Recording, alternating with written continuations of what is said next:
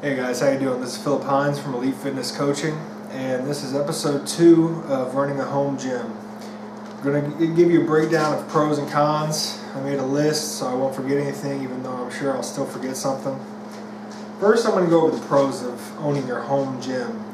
First, obviously, is travel. You don't have to go anywhere if the weather's bad, particularly here in Indiana. I know last year we had a really bad snowstorm, and it was really hard to get out. So I didn't have a home gym at the time. I had to miss my workout that day. If you have a home gym, you don't have to worry about that. If it's icy and you don't want to risk going out, or maybe the gym's closed, you're not in a 24-hour gym, you don't have to worry about them closing, like holidays, things like that. You save that hassle by being able to just train at home. You also save on gas because you don't have to buy as much gas getting there. Another pro is the cost, at least long-term cost. You have a high upfront cost, but after that upfront cost is paid, you don't have a $30 monthly membership or $50 or however high your membership is. You don't have to worry about that. That's taken care of. That gives you more money for supplements. The money you're saving on gas gives you more money for supplements, more money for food, because obviously food is very expensive, and if you're training hard, you have to fuel your body. So that is a big problem. So being able to save money that way is a huge bonus in my opinion. You also have more freedom, meaning a lot of commercial gyms, there's certain exercises they won't let you do. For instance, a T-bar row because it might damage the wall or something. You have the freedom to make a lot more noise. You can grunt, you can scream, you can throw shit, you can drop shit. A lot of gyms don't let you drop the weight. Here at your home gym, you can do whatever the fuck you want. You can play whatever music you want. You know, none of that Katy Perry stuff, unless that's what you're into.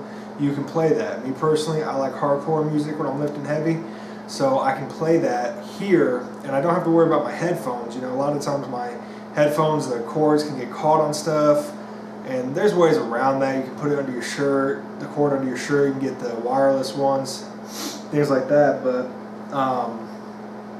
being able to play my own music as loud as I want, that's a definite bonus.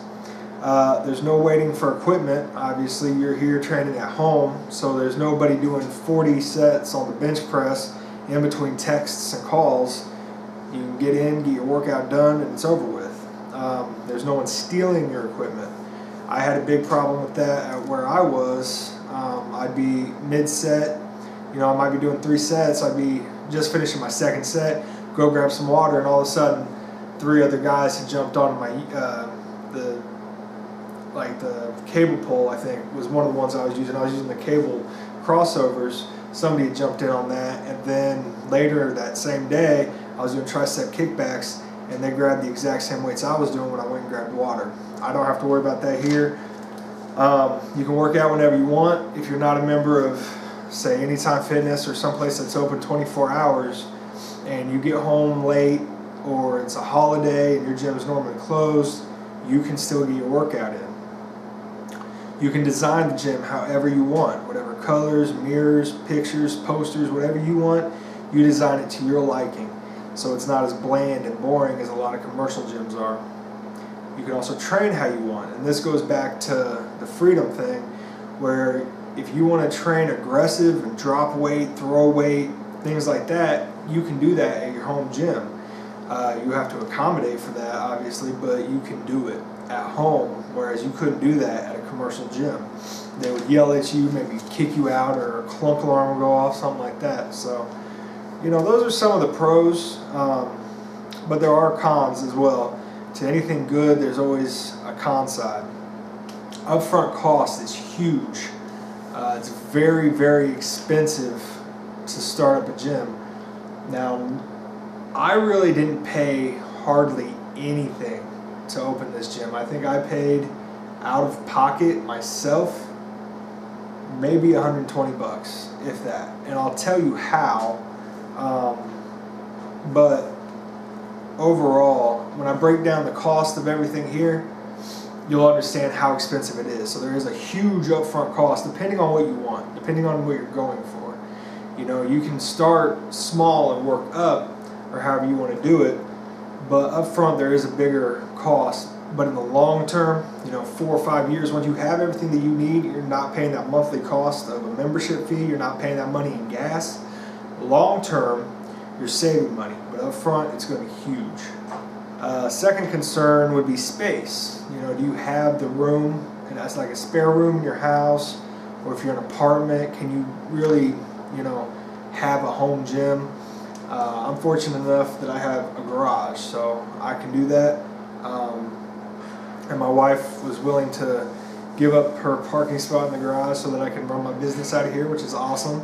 Another thing, you want to make sure that if you're living with somebody, they support your goals and your dreams, whether you're a trainer wanting to train from home or you're just wanting to train yourself from home, that they are willing to accommodate the room needed. You have no spotters, so you're not going to be able to go as heavy. Now, if you have friends that come over and work out with you, that's not really an issue. Me, personally, most of my friends live, decent ways away, so they don't. It's not practical for them to come over every time I'm working out to spot me. It's also not, I lift a lot more weight than they do, so. I don't know that I would necessarily trust all of them to spot me. So if you don't have that problem, great. But some people do. There's less equipment. As you saw in episode 1, I've got the bare necessities. I don't have a preacher curl, which I plan on getting. I don't have a stair climber. I don't have, the hack squat. I don't have leg press. I don't have shoulder press, certain things like that. You don't have the wide array of different tools at your leisure that you would have at a normal gym. But on the flip side of that, you can do, I would say, 99% of all exercise you can do in a commercial gym with just a squat rack. And if you like, share, and subscribe, at least subscribe, you'll be able to see some of my workouts here, and I'll show you some of the exercise that you can do with a squat rack that you might not think of.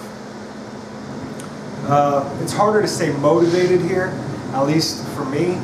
I like going to a gym and seeing other people working hard and busting their asses. I like seeing people that are big and jacked and swole, because that keeps me motivated. When I'm here working out by myself, it's harder to keep pushing myself sometimes. But I do still have a membership at a gym, so I can always go to the gym and see other people train hard and really getting at it and light that fire, change my surroundings up a little bit. Professionalism as a trainer. Some clients are going to look at this and say, it's small, you don't really have a whole lot, what can I, they want a big gym. They want access to 50 different machines and things like that, and they want you to show them how to use those machines, which here, I can't show them how to use a machine. So even when they leave here and go train at the gym on their own, they might still not know how to do the whatever machine they're wanting to work on. So, and at the end of the day, it is in the garage of a house. So it's not as professional as, say, a regular gym. And the biggest con, especially that I've noticed in Indiana winter, is the weather. I mean, I don't know if you can tell, but my breath, you can see my breath, at least I can. It is that cold in the garage. And next week it's going to be like a low of -1. So I've got the heater going, but that doesn't always help. I mean, it's probably 30 to 40 degrees in the garage right now. And in the summer, when it's 110 outside or 100 degrees outside, it's going to be 100 degrees or more in here. So you have to battle that. If you're inside the house, then that's totally different. You don't have to worry about that. It's climate control. But out here in the garage, which is the only space I had available for training clients, I mean, it can get really cold and it can get really hot. Cold isn't as bad because once the heater goes for a few hours or maybe an hour and a half, and I'm starting my workout and things like that, just put on a sweater and some sweatpants, I'm fine. I'm getting a sweat going, it's all good. But especially in the summer, it can get really hot. And for me, those two things aren't really an issue.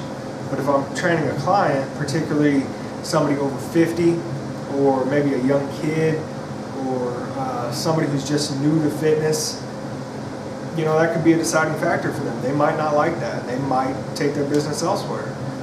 But if you're not training somebody else, you're training yourself and maybe your friends, then that's not really something you got to worry about. So I hope that was helpful for you guys. Stick around, and in episode 3 I'll talk about the cost breakdown for everything. See you.